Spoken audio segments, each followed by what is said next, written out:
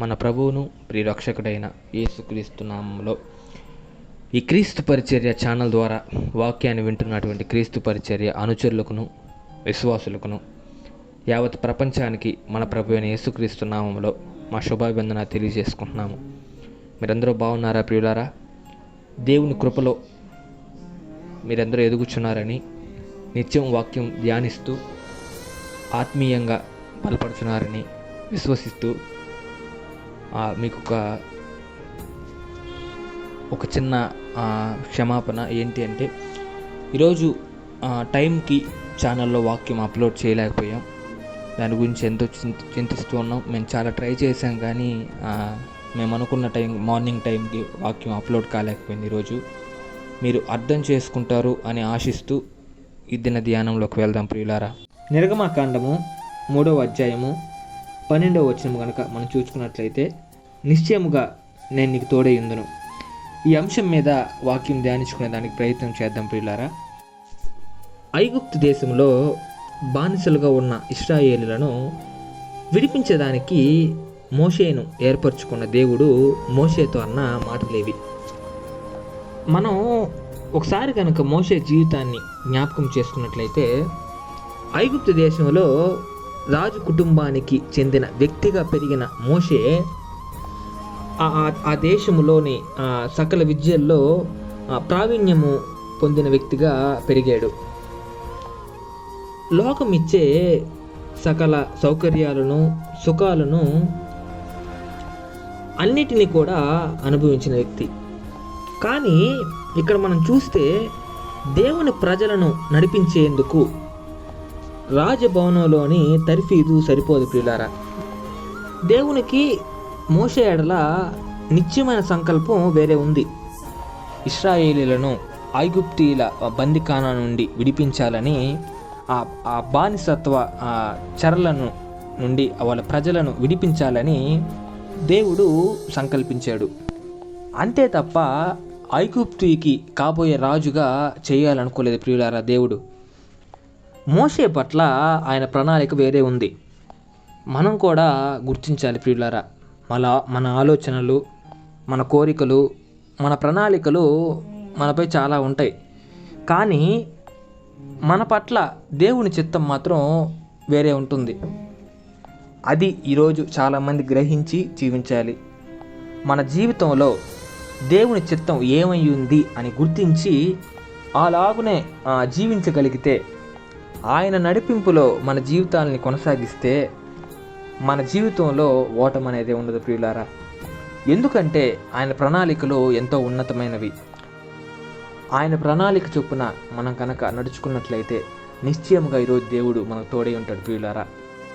ఈ రోజుల్లో మన ముందు నిలబడే ఎన్నో సమస్యలను, అవి మన ముందు ఉన్నప్పుడు పోరాడలేనంత సమస్యగా మనకు కనిపించిన నమ్మదగిన దేవుడు మనకు ఉన్నాడు అన్న దేవుని మాటను మనం జ్ఞాపకం చేసుకోవాలి ప్రియులారా. ఆపత్కాలమందు నమ్ముకొనదగిన దేవుడై ఉన్నాడు. నీకు కావాల్సిన సహాయం, నీ సమస్యల నుండి నిన్ను విడిపించడానికి ఆయన ఎప్పుడూ సిద్ధంగా ఉండే దేవుడు. ఆయన్ని నమ్మి మనం విశ్వసిస్తే ప్రభు మన జీవితాల్లో అద్భుత కార్యాలు చేయగలడు ప్రియులారా. మనకు అవసరమైన వాటిని అందించగలడు. మనలో ఉన్న భయం, ఆందోళన నుండి మనల్ని విడిపించగలడు. ఆయన ఆత్మ ద్వారా మనకు గొప్ప సహాయం మరియు బలాన్ని అనుగ్రహించే దేవుడు. నీ కష్ట సమయంలో నిస్సహాయంగా, ఏ దిక్కు తోచకుండా, ఏ దారి తెలియకుండా ఒంటరిగా నీవు ఉన్నప్పుడు నీకు నిరాశ, నిస్పృహ ఎక్కువగా ఉంటాయి. ఆ సమస్యలపై పోరాడే శక్తి మనకు నశించిపోతుంది ప్రియులారా. దిక్కు తోల్చని ఆ స్థితిలో మనం ఉండి మనల్ని ఎవరు చూసుకుంటారు, మనల్ని ఎవరు ఆదుకుంటారు అని బాధపడే నీకు దేవుడు అనుగ్రహించే గొప్ప వాగ్దానం, నిశ్చయముగా నేను నీకు తోడై ఉందును. మోషేని ఐగుప్తు బానిసత్వం నుంచి తన ప్రజల్ని విడిపించడానికి ఏర్పరచుకున్న దేవుడు, నీవు మోషే అక్కడికి వెళ్ళి నా ప్రజలను విడిపించు అని మోషేకి చెప్పినప్పుడు మోషే ఒక మాట అంటాడు ప్రియులారా. ప్రభా, నేనేం చేయగలను? నేను నిస్సహాయుణ్ణి, నేను నత్తివాడను. నేను అక్కడికి వెళ్ళి వాళ్ళని ఏం విడిపించగలను, వాళ్ళకి ఏం చెప్పి తీసుకురావాలి అని మోషే చెప్పినప్పుడు ఈ యొక్క వాగ్దానంతో నేను నీకు నిశ్చయంగా తోడయ్యుందును అన్న వాగ్దానంతో మోషేతో దేవుడు మాట్లాడతాడు. ఈరోజు నా జీవితాలలో నిస్సహాయ స్థితిలో ఉన్న మనకు దేవుడు ఆ వాగ్దానంతో మాట్లాడేవాడుగా ఉన్నాడు. మోషే దేవుణ్ణి విశ్వసించి ఒక అడుగు ముందుకు వేశాడు.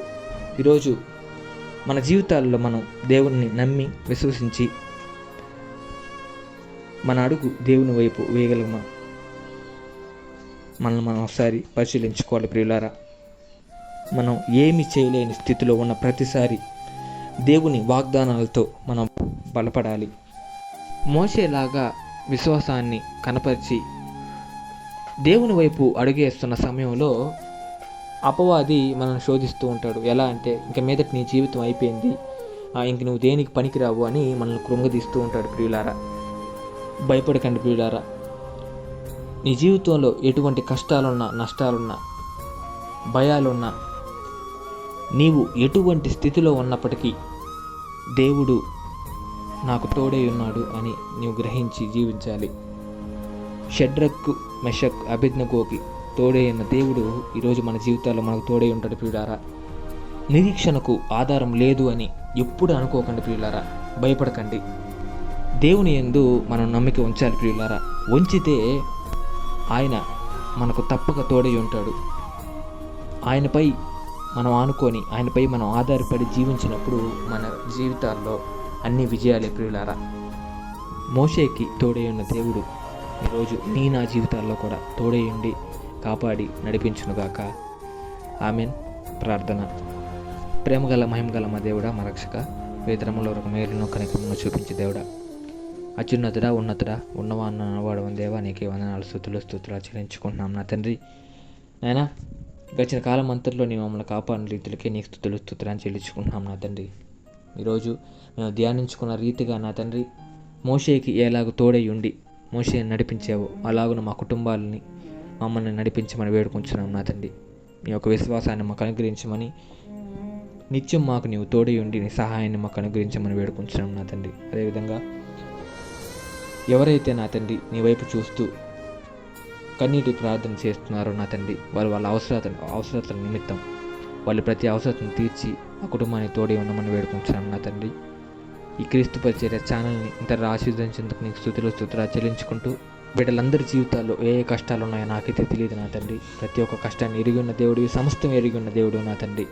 నీవు మాకు తోడై ఉండి మమ్మల్ని ముందుకు నడిపించమని, నీ శక్తిని మాకు అనుగ్రహించమని, నిశ్చయముగా మాకు నీవు తోడై ఉండమని కోరుకుంటూ మన ప్రభువైన యేసుక్రీస్తు నామములో అడిగి వేడుకొని పొందుకుంటున్నాం మా తండ్రి. Amen. God bless you. Praise the lord.